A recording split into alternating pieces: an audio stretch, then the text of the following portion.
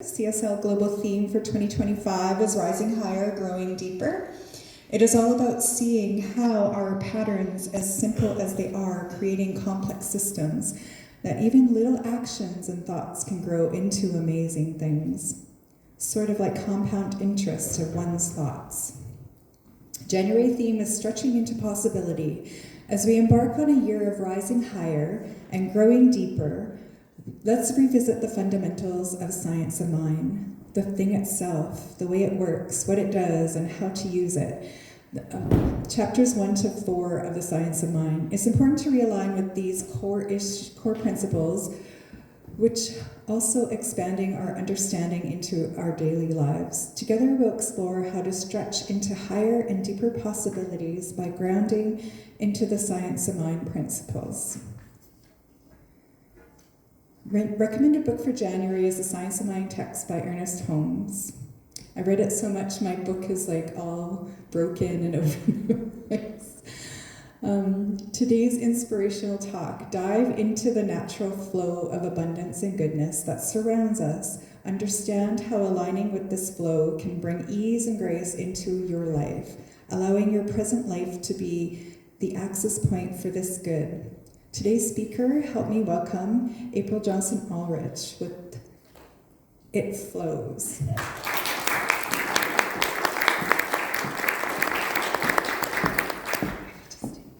Thank you. Just going to do a little bit of switching around here. Give everyone on Zoom my side perspective. I think it'll be a little bit better, and I won't feel like I'm staring down my nose at people, which I am half the time up here. So, why did I pick up the mic? Feeling like one of the Three Stooges up here. All right. I don't usually bring paper, so I'll grab the mic again. But I printed kind of running out of the house. All right. Morning, everyone. Morning. Morning, everyone on Zoom. Wow, what a great crowd. So, it flows. Is it? How are things going? How, if any of you made New Year's resolutions, how's it going? Great. 90% of people give up on them by the last Friday was the date. Right? Why? What changed about what they wanted? Do you think anything? It's a long one. Sorry, January is a long month. But did what they want change? Like what were they after? So if you're going to work out, what would you be working out for? Better health, better body, right? Maybe to get in. What was that? More energy. More energy, right? Slipping into that dress you bought, really expensive dress a while ago, and you're determined to get into it, whatever the reason. That reason still exists. That want still exists. That desire still exists. So how do you feel when you don't do it, when you give up on it? When you realize that you haven't jumped on the treadmill for 3 days or on your bike, you haven't gone outside for a walk. It's cold, but we all have really good clothing in this country. So how do we feel? Frustrated, yeah. Anything else? Give up, right? Give up. Till we get the energy again, or we come and we listen to a great talk at CSL Winnipeg and we get inspired to try again. I'm going to trip over this chair. So, whatever you wanted to do is still there, still available to you, right? The treadmill didn't quit working. Outside didn't go away, right? The right to refuse to eat something didn't stop happening. So what was the difference? Who stopped? You did. You put up the obstacle. You had the thought, not this once, not this time, not today, right? So this is what we, or people, do in creation process with spirit. I'm up here every week, Elizabeth's up here all the time, Audrey. We're all up here saying, the universe is here for you. The universe is that treadmill, it's ready, it's revved up, it's working beautifully, it's all lubricated, get on it. If you get on it, it's gonna work. You're gonna get to where you're going. It's going to happen. You're going to see those changes in your life. So what happens is we get on there and we keep going and we keep doing it, and all of a sudden things start happening. Our health gets better. We're sick less often. We're quicker to jump off the couch and head out the door. We play better. We go dancing. We sing better. We do all of these things because we didn't let the obstacles get in our way. We let it flow. So in this teaching, in Science of Mind, we spend an awful lot of time finding out why things are the way they are. Why you're not getting on that treadmill, why you're not abundant, why you haven't met the love of your life, or the life of your love, whichever way you want to look at it. We spend a lot of time as practitioners. That is pretty much the basis of our training, is trying to find out what the cause is of what things are happening in your life. What's the cause? So if someone comes to me and say, I can't get ahead, I try, I work super hard, I'm doing all these things, I'm doing treatment, I'm not believing in lack, and that usually is my cue, that something's up, and they say, I don't know what's wrong, but it's not happening, it's not working for me, this teaching just doesn't work for me. Is there anything wrong with the teaching? No, it's a law. What you put into the mind of spirit has to manifest. The only thing that stops it is us. Which seems so hard. When you come from a faith where, or a philosophy, however you want to look at Science of Mind, we don't beg for things. We don't plead an entity. We don't try to please an entity. There's no one that we have to win over. We don't have to be anything to get what we want to manifest. What we do have to do is look at what inside of us might be preventing the flow. Right? So we have no problems with flow on things that we believe should be ours and the way they're working out, and it's easy. We believe when we go to the kitchen, we turn on the tap, the water's going to flow. We have no concept that isn't going to happen unless you live up north or in some other countries, or, But we have that faith. We have that faith that that's going to happen. So when it's not happening, and let's say you come to a practitioner, and it is lack, and we might ask a few questions around money. How do you feel about money? Do you feel that you have the right to have money? How do you feel about people that are rich? What's your attitude towards them? Do you feel they deserve it? Do you feel they deserve more?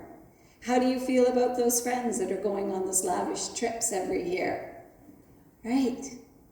Are you happy for them, or is there resentment? Should it be you? If you're thinking it should be me, what's the thought behind that? That it's never going to happen for you? That there's not enough trips to Portugal to go around? Right? This is what we get into, though. And how easily we slip. How easily we slip.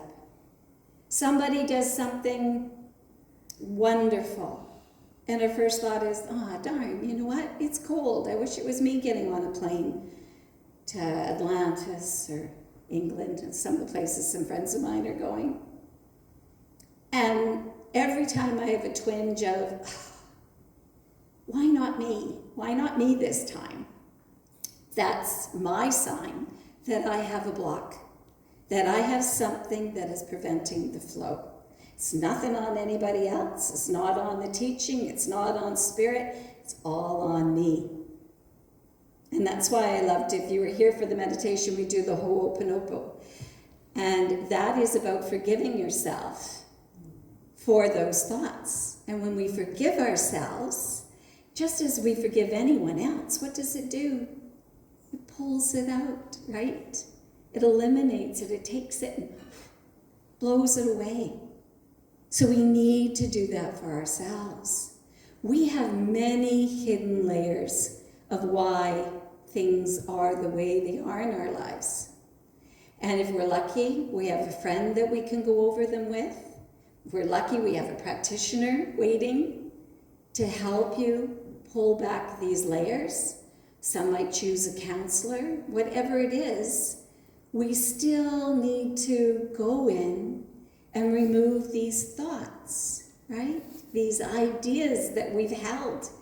Maybe we had parents in the Depression, and it was about saving, and money doesn't grow on trees, and you got to be protective, and if you let it go, you're in trouble, right?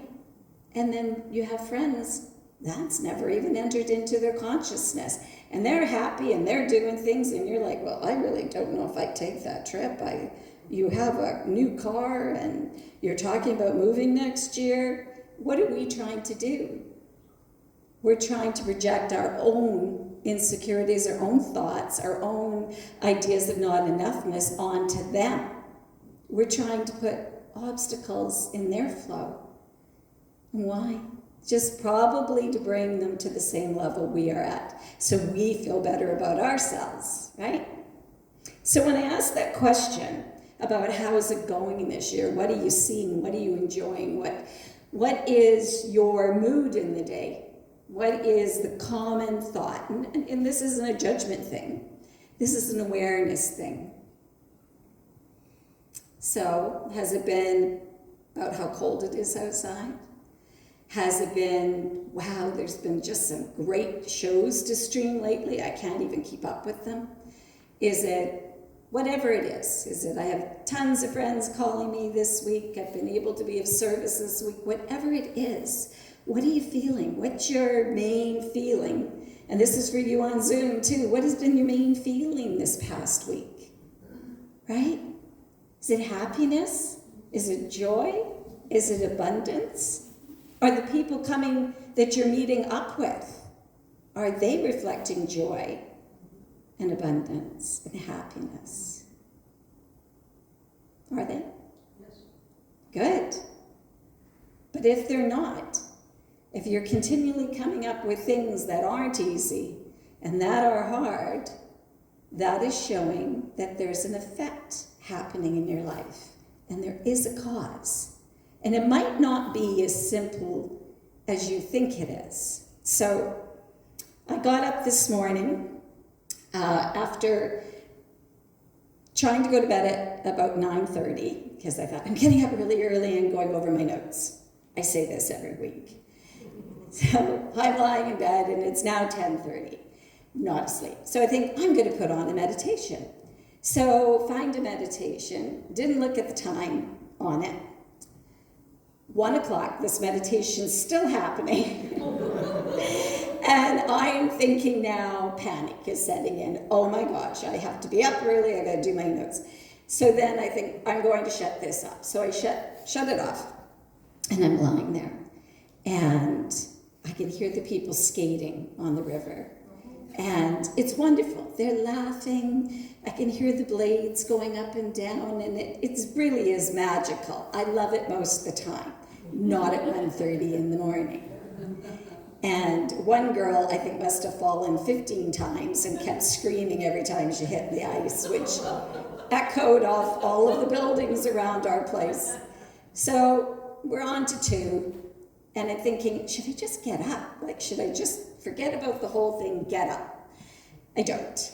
Anyway, finally fall asleep around 5. My dog comes in around 6:30.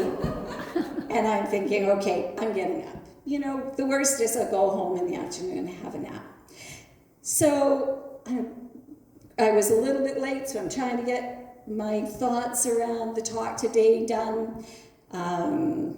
run out the door, realize I don't have my phone. I'm halfway down the street and I'm like, no, I'm going to be there at the right and perfect time, keeping that commitment.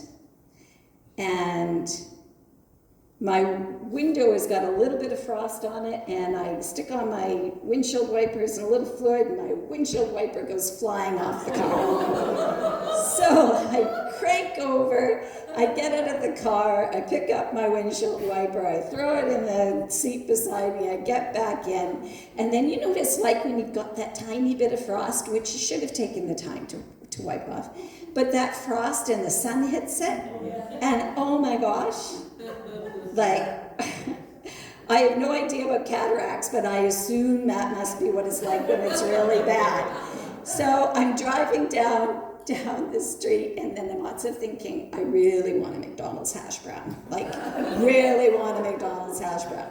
But I'm not having McDonald's hash browns, not because they're not delicious. They are very delicious. It's because I'm trying to watch eating fast food. So it's one of my commitments.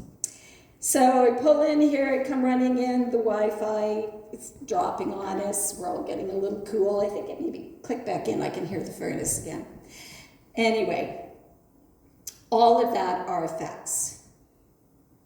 They're all effects. They're all things happening that I can see, and they all have causes. So, what's the cause? Well, the cause is I knew that wiper was loose. I probably should have taken the time and got it fixed earlier or asked someone to do it for me. But that's not the cause of the whole thing, is it? That's just one thing, and that's my issue. The world does not hate me. The universe does not hate me. The spirit did not go and rip my windshield wiper off of my car because it hates me. Not happening. So you keep going back, right? Keep going back. Why couldn't I sleep? What was that? Thoughts are running through the head. Was I aware of these thoughts? Maybe not. Was I trying to drown them out with meditation? Maybe so. Was the jet skiing that good? No, it wasn't, but I don't think that was the cause of me not going to sleep, right? So you keep working it. It's like an onion. You keep peeling. And you're like, what is it? What might the feeling be? And my husband was down skiing, and I was feeling a little lonely, and I was feeling like, oh, I'd like to talk about my talk tomorrow with somebody. And I didn't have that companionship. Maybe that is a little bit why I wasn't sleeping. But you can keep going back. And why do we do this? Because every time we go back, every time we look for that cause, it doesn't have to be huge things. It just has to be little thought processes, right? So I could take the idea of my husband skiing and not being there for me as I could really go down the rabbit hole. And I could say, no one's there for me ever. I'm all on my own. I have to do this all on my own. I have no support. You know, everybody hates me. I don't get any calls. Nobody's called today. You can do that, can't you, though? We all do it, right? And then we get to the ultimate, the universe hates us. God doesn't want me to have anything good, right? We go right down that rabbit hole. So what do we got? We got a room full of spirit here. We got a world full of spirit here. And it's trying to throw at you what you want. You want joy? Here's joy. And you're like, no way, get away, joy. Because you're not paying attention. You're not having awareness to what you're thinking. And awareness is an amazing tool, right? So we have more focus on those things that we're trying to bring into our lives than those things that just show up naturally. Now, this is going to be a little weird of a segue, but bear with me, it makes sense. Terry, could you hit the next slide for me? There. This was my fireplace growing up. I don't know if anybody had ever seen these at Christmas time, but they're cardboard. And my mom did a wonderful job of tying it to our radiator, so that we had this fireplace, a place for Santa to come and put all our stockings on, and it was wonderful. And I loved this thing, and it had a red light bulb, and a little silver fan on top where you plugged it in, and the little silver fan would go on top of the red light bulb, and it would make it look like those cardboard flames were flickering. Yeah, it's like the electric ones they have now. It's exactly the same. I love that fireplace. That fireplace to me was as magical. Santa came down that fireplace. Everything happened, even when we got up in the morning and it kind of all fell forward because our stockings were heavy with our Christmas oranges. Right? But it was still wonderful. It was still beautiful. I still felt all the magic of Christmas. I still felt all those good feels. I felt that I got beautiful presents. I felt like I had the world, right? And we had moved. We didn't have a fireplace on a regular basis, but I never felt like I wouldn't. I always felt fireplaces were going to be something in my life, even though most of my friends didn't have them, unless they were in some of the bigger houses or had a stove that they had in their rec room to keep their houses warm. So we did move to another house after my father died, and there was a fireplace. But it was in a room that the kids weren't really allowed in. And the reason being is there was 11 of us. So it was like a Brady Bunch thing where there was 5 married 6. So our parents needed a place to hide, and it had the fireplace in it. But still it was special. Still we sat around at Christmas. Still I felt like I had the world by the tail. And then went through university and a little bit of hardship and different times, and no, none of my apartments had fireplaces. But I never thought about it. I always thought it was just going to be part of my life. So my very first house had a fireplace. I didn't even put it on the list. It was just, yeah, of course there'd be a fireplace. And the place I've been in now for 30 years has 2. And I love them every single day, and I find it special, and there's nothing better I love than getting up in the morning and having my coffee and watching the flames. I do my meditations, I do my treatments for the morning. So why do I bring this up? Because it is amazing what we allow to flow easily and effortlessly, and the universe gives it to us, and we don't give it a second thought. Because we just expect it to be okay. It's like a lot of the time, unless you suffer from a breathing issue, you don't think about your next breath, right? You never think about the next breath. It's there. It's just there. It's waiting for you. That anticipation, that inhale, it's just there.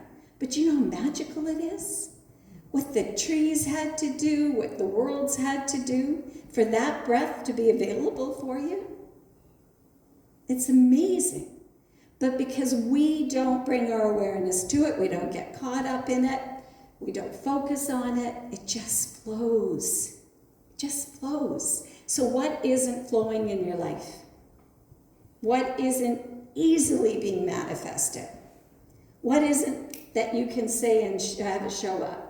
Or at least start to see signs of it showing up, right? So, do we do the work out here? Do we do the cleaning out here? No, you do it inside, right? You try to find, when that thought comes up, that awareness, which is the key. There I am, I'm excited about the trip. Why am I thinking about how I'm going to pay the mortgage next month? Why am I all of a sudden worried about the car needs work? These little things creep in. Sometimes we're unaware of them. A lot of the time they're in our subconscious. But they do reveal themselves.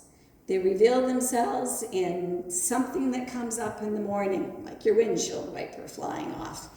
It's not directly related, but it's an indication. It's a little bit of a sign saying, hey, maybe you're a little off track here. It's like continually running into grumpy people, right? It's like, what in the world? Am I like the beacon for all the grumpy people? It's a thought. It's to stop and say, yeah, what is going on here? I need to protect myself more. Maybe I need to remove myself. Maybe I shouldn't do these things, right? It doesn't mean that you're grumpy and attracting grumpy people. That's law of attraction, but that's an easy way to think of how it works. A lot of the time it's we're doing things or going places we probably didn't want to do or go, and then we're running into people that aren't happy because down in our subconscious we're not happy. It's like going to a party that you really wanted to stay in your pajamas and watch this movie that was coming on, and you get talked into going to the party and you dress up and there's no one there you like. It's got nothing to do with the people at the party, right? It has to do with the fact that you went against what you wanted. You went against what you were feeling. You put up an obstacle to the flow. So, in Science of Mind, we learn that persistent constructive thought is the greatest power known and the most effective.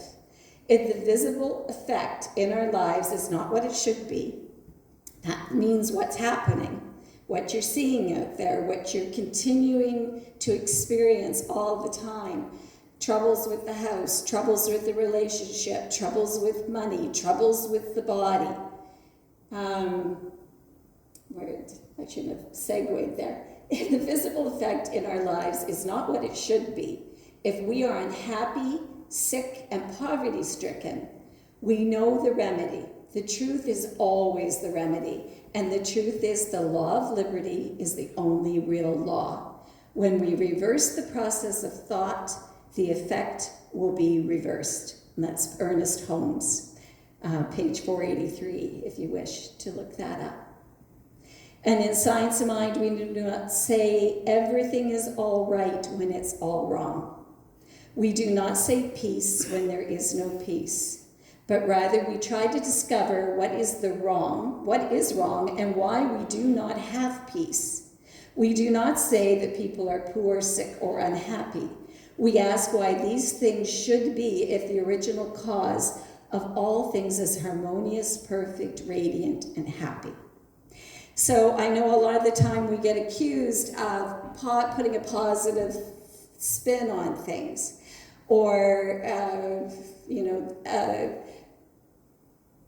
saying things aren't what they aren't. We don't do that.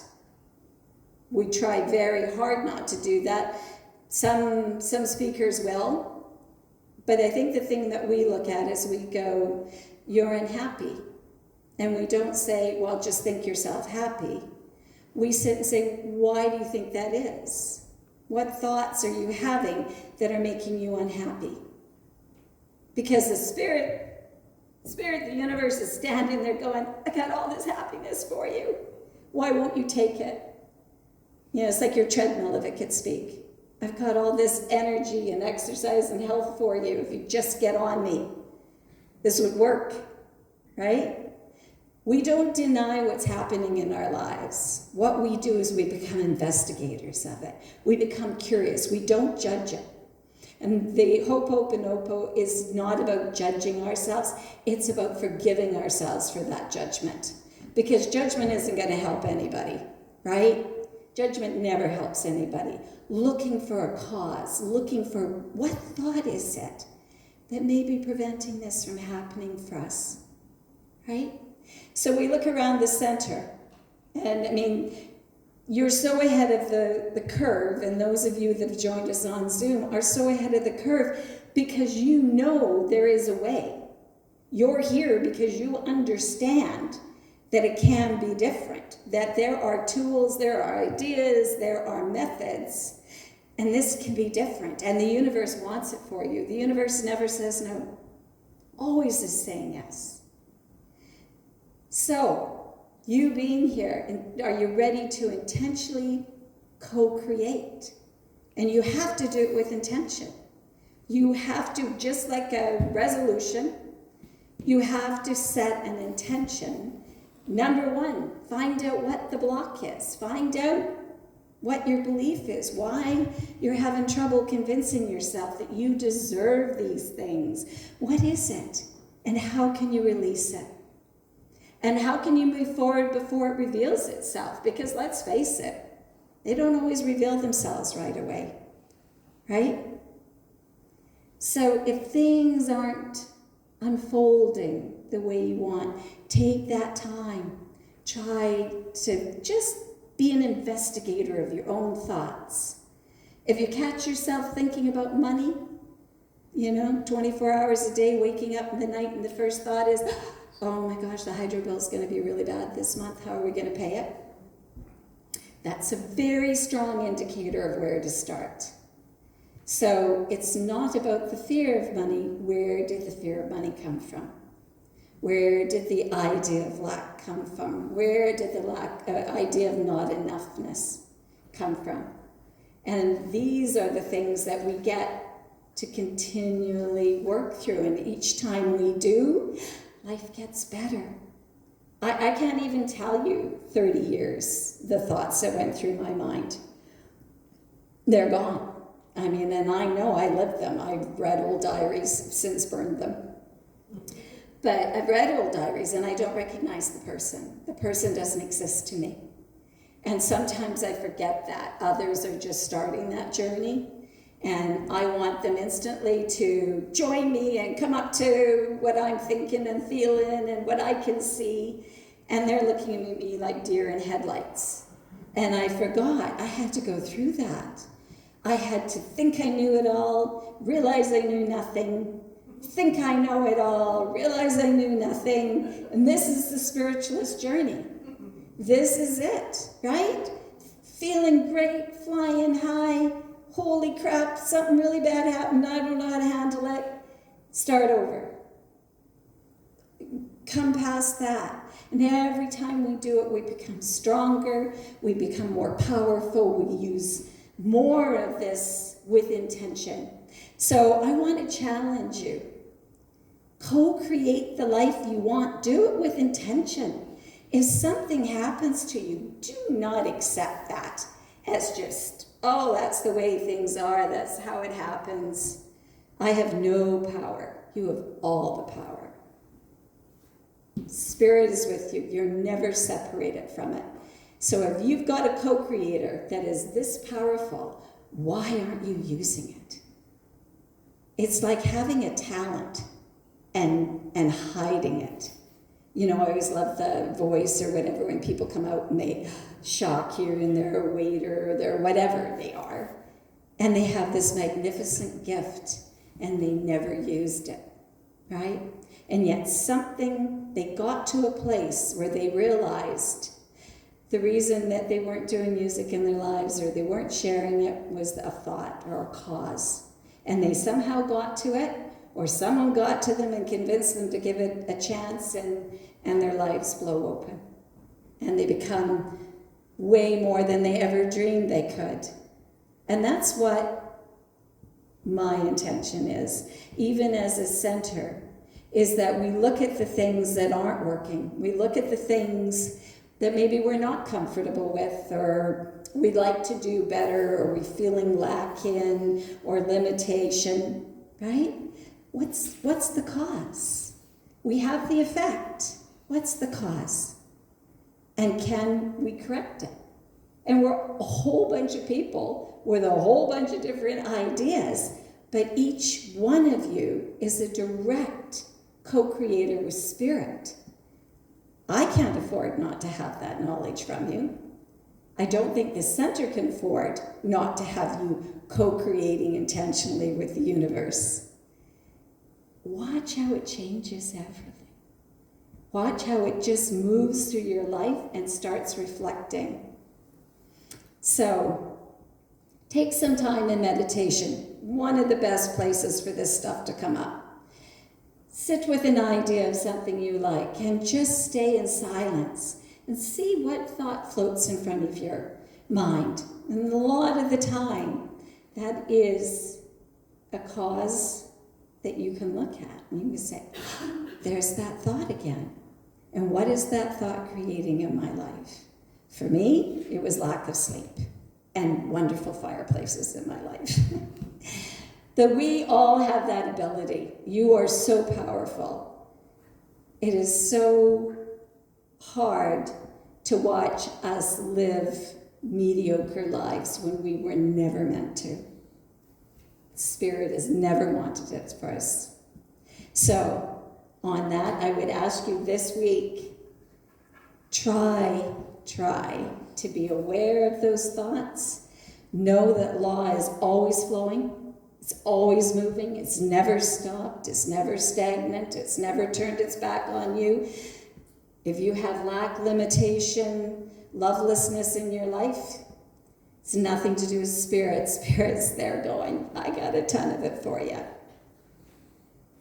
We have to find out why we're not accepting the gift, why we're refusing it, why we're turning away from it. And once even we get a crumble of it, even a little bit, we can pull that out, and all of a sudden the water starts flowing, right? It flows. And it's such a wonderful thing to witness. So when you start doing this, look for little signs. Look for things being easier. Maybe an unexpected check. Maybe someone that you haven't talked to in a while calls you up. I mentioned this last time, and I had a member that said right after the service, someone they hadn't heard from in 20 years called them. So this does work. You have to be aware, you have to be looking, and you have to be open. And you also have to get yourself out of the way and those thoughts that stop it. And it's going to be a magnificent year. So let it flow, and so it is.